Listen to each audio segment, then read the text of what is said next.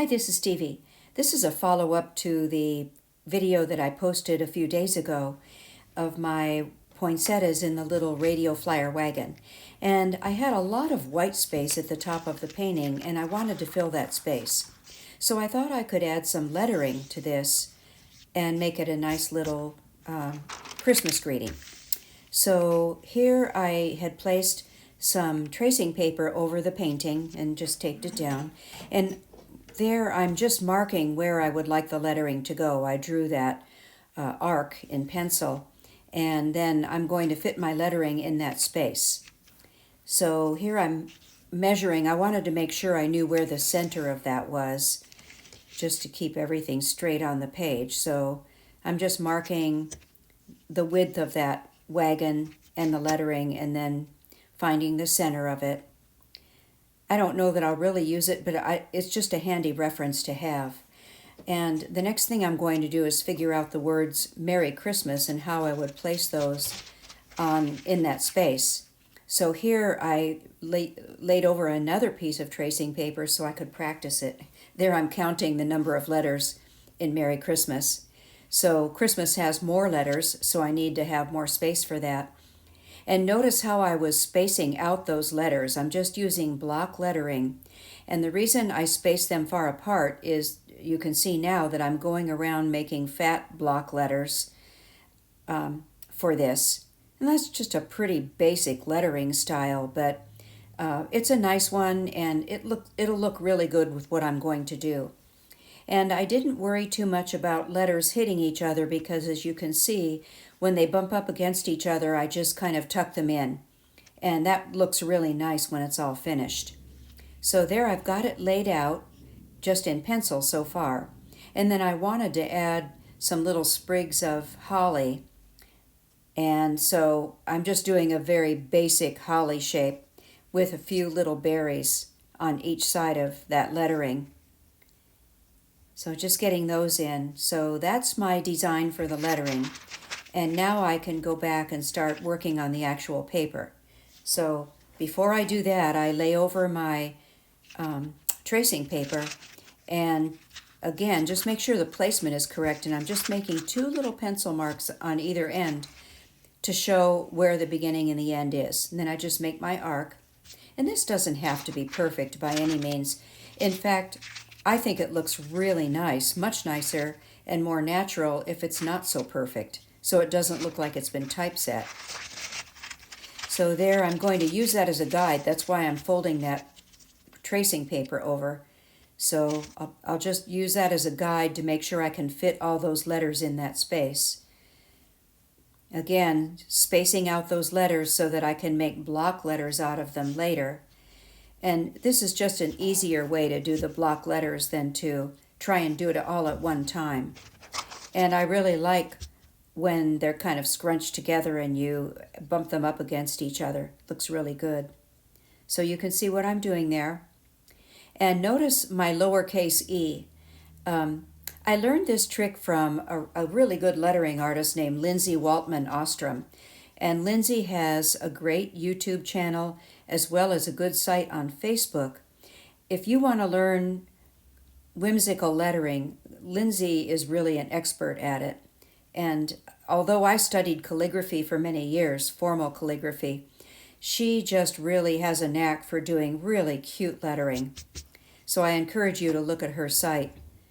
So there we have it. So now what I have to be careful of next is I'm going to start inking. And when I do that, I have to make sure I'm inking the right lines. Remember, I've got those pencil marks going down the middle of each letter, and I don't want to mistakenly put those in. I think what I had started to say before when I talked about Lindsay is that lowercase e, all of the rest of the letters are caps except for the e. And I learned that from Lindsay, and really all it is to fill the space and do it the way you like it.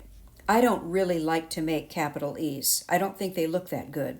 So I make a lowercase e, and it looks nice, and no one's going to say a thing about it. So there you have my design. I inked in the holly and the letters, and now I'm just using my white eraser to get rid of those pencil lines. clean that off. And there you go. And that's pretty plain looking, so I wanted to color it in somehow. And I thought of a candy cane stripe. And at first, before I did that, I went and did the holly leaves. So I first started out with my lighter green, the green gold, and filled them in. And then I go back with my darker green. I mixed up a sap green with a little bit of ultramarine blue for that darker shade. And I just like to put those colors together, kind of mingle them together. It looks very nice. That lighter green color just really adds a nice sparkle to it. Just dropping in that color in the wet area. And then I have to do the red berries, and I'm going to pick up a little bit of my cadmium red, that's that bright red, to do the berries. And I'm using a really small brush. I think that's my number 2 Princeton Velvet Touch brush. You could use a liner brush as well. So there's my little berries. And I'll have to make sure that's dry before I go in and do the lettering, especially since I'm left-handed, or I'll smear all of that paint. So I must have had some drying time in between. I thought I would start out trying to put the candy cane stripes in with my watercolor brush, but I could see right away that did not work. It was too thick of a line and too hard to control. So I switched over to my Zig pen, which is a water-based pen, and they have 2 tips. One side is a fine point, which is what I used, and the other is more of a broad tip. So I just made a candy cane stripe on all of the letters with my fine point Zig pen. And I thought that added a bit of nice color and looks like a holiday type thing. So there we have it. But then I decided I wanted to do a little more to the lettering to make it stand out. And then I went to my Tombow pen. And this is a very light gray Tombow pen. I didn't want it to be overpowering, so I kept it to the very light gray. And I am shadowing the right side and the bottom of each letter. You can either do the left side and the top of each letter, or the right side and the bottom right, in order to get that shadow look. So, and if you make a mistake on that, probably nobody's going to notice. I know I've probably made a mistake on every one that I've done, but if most of them are right, it's going to look okay. Sometimes it's hard to get in those little spaces. The Tombow pen is also water-based, and it's just another type of craft pen that's sold at Michael's and other craft stores. And it helps to give dimension to the letters.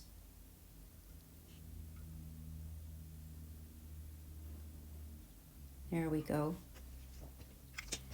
So that's pretty much it for the lettering. I was just cleaning up where I had used the watercolor on the letter first and blotting it off a bit just to help control that color.